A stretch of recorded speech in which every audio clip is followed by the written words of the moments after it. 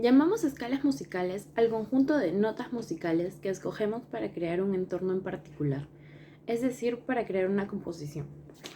Para crear una escala musical solo son necesarias dos cosas. La primera es saber el código de la escala y la segunda sería elegir desde qué nota vamos a empezar a crear nuestra escala. Obvio, siempre recordando que los números que conforman el código de la escala, sumados entre sí, nos tiene que dar 12. Existen muchas escalas dentro de la música, como lo es la escala menor, la escala doble armónica, la escala mayor, la escala fría, la escala cromática y bueno, entre otras. Pero de todas las que ya mencioné, la escala mayor, conformada por 7 notas, es considerada como una de las más importantes, ya que gracias a esta es que los pianos están construidos. Todos los pianos están construidos en base a la escala mayor específicamente de la nota musical do. Hola, mi nombre es Claudia Castro Navarro y el día de hoy voy a hablar acerca de los intervalos. Bueno, los intervalos es la distancia que existe entre dos notas musicales o entre dos sonidos. Los intervalos se clasifican numéricamente según la cantidad de grados que encierran. Estos pueden encerrar incluso sonidos graves o sonidos agudos. Esos intervalos se miden en tonos y en semitonos, los cuales nos van a permitir comparar las diferentes alturas que existen entre cada nota musical. Existen dos tipos de intervalos. Tenemos al intervalo melódico y al intervalo armónico. Los intervalos melódicos son producidos por dos sonidos que suenan consecutivamente. El intervalo melódico puede ser ascendente o puede ser descendente. Es ascendente cuando la primera nota es más grave que la segunda y por el contrario es descendente cuando la primera nota es más aguda que la segunda. En este tipo de intervalo los elementos van uno después del otro y al momento de tocarse hay una gran semejanza entre la melodía. Por último, pero no menos importante, en el pentagrama musical, ese tipo de intervalos melódicos se escribe de manera horizontal. Ahora pasaremos a los intervalos armónicos. Estos intervalos son producidos por dos sonidos simultáneos y van haciendo un acorde mientras se van tocando.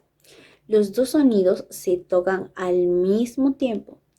Y por último, pero no menos importante, este tipo de intervalo armónico en el pentagrama musical se escriben de manera vertical. Pulso o tiempo. El pulso es la unidad básica para reconocer la velocidad a la que va el ritmo de una canción. Este se mide en bits por minuto y es un número que está indicado en todas las partituras de las canciones, junto al compás, para que el intérprete pueda saber a qué velocidad tiene que tocar. El pulso también se puede llamar tempo y se clasifica, de manera resumida, como se muestra en la tabla adyacente. Y se puede observar cómo a medida que va subiendo cada categoría, van subiendo entre 20 o 30 los bits por minuto. Y también la velocidad.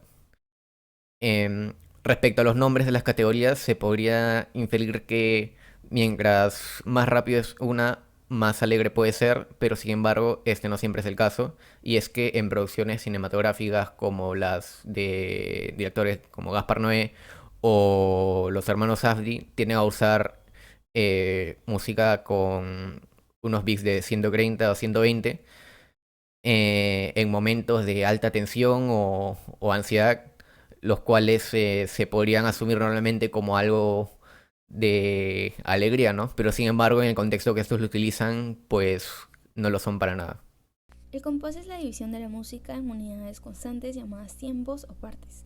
También es la ordenación de los pulsos fuertes y débiles.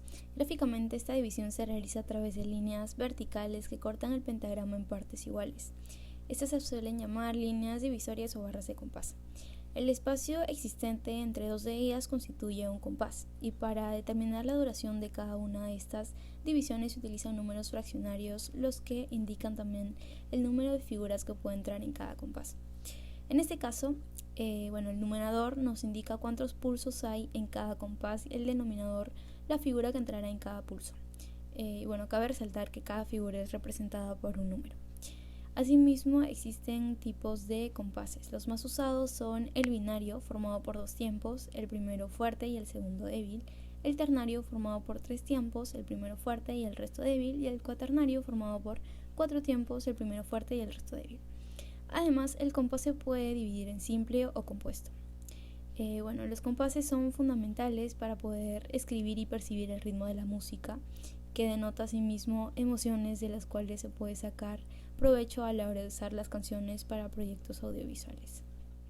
Ahora, para poder hablar de lo que son los acordes mayores y menores, primero tendríamos que explicar lo que es un acorde.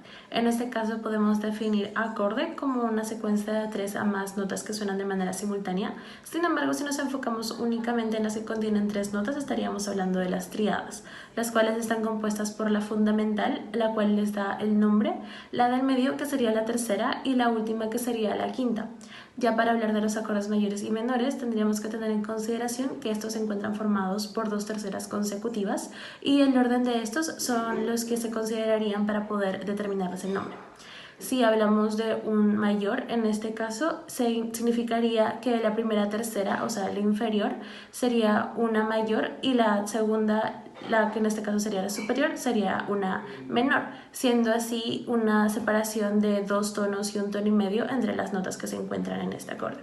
Y si ya hablamos de un menor, en este caso la primera tercera sería una menor y la segunda sería una mayor, generando así una separación de un tono y medio y 2 tonos, denominándolo como menor. Bueno, yo voy a hablar sobre la tónica y la tonalidad.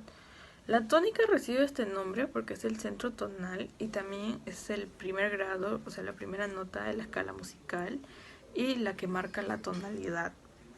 Da nombre a la escala y por ende se utiliza como referencia al resto de los sonidos y a partir de esta nota se pueden crear las piezas musicales.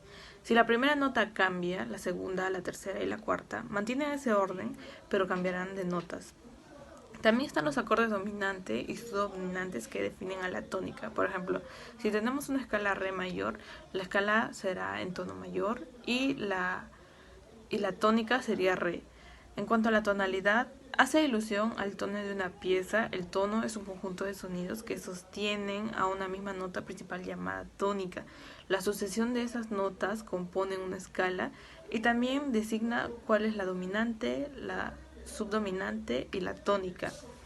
Se construyen de varios factores distintos. Primero se define la tónica sobre la que se construye el resto de los valores musicales y a partir de la tónica derivan 7 grados musicales que se relacionan entre sí.